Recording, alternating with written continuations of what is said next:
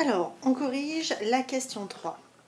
Dans cet énoncé, on vous demande de calculer en premier l'aire latéral de ce solide et en deuxième l'aire total.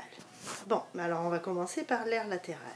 Ce que l'on nous dit d'après la formule, c'est que l'aire latérale d'un cylindre, c'est la circonférence fois la hauteur.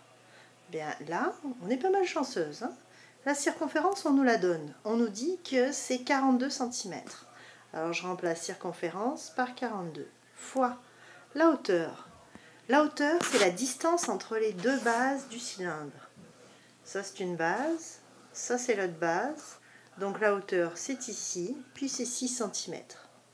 Fois 6. On fait le calcul et on obtient 252 cm². Ça, c'est bon pour l'aire latérale. Deuxième étape, eh bien, c'est l'aire totale. L'aire totale, c'est l'aire latérale plus 2 fois l'aire d'une base.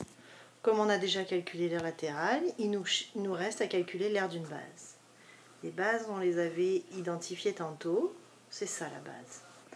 C'est un disque. Alors, l'aire d'une base, c'est l'aire du disque, pi fois rayon au carré. Bon, là on est un petit peu embêté. On a besoin du rayon, mais on nous parle juste de la circonférence. C'est là où on se sert de nos connaissances mathématiques. On a vu en classe que pour trouver le rayon, on prenait la circonférence, on la divisait par 2 et on la divisait par pi. Ça nous permettait de trouver le rayon.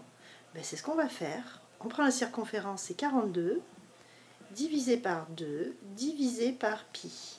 Ce qui nous donne 6,68 cm². Donc je remplace mon rayon par 6,68, je mets le tout au carré et le résultat est 140,19 cm² pour une seule base. Alors maintenant, pour notre aire totale, on va remplacer l'aire latérale par le chiffre qu'on a trouvé tantôt, c'est-à-dire l'aire latérale c'était 252, plus 2 fois l'aire d'une base, donc 2 fois 140,19. Et ceci nous donne au total 532,38 cm². L'aire totale est ici, c'était la réponse qu'il fallait donner pour l'aire totale. Et la réponse pour l'aire latérale, c'était donc ceci. Et c'est terminé pour cet exercice.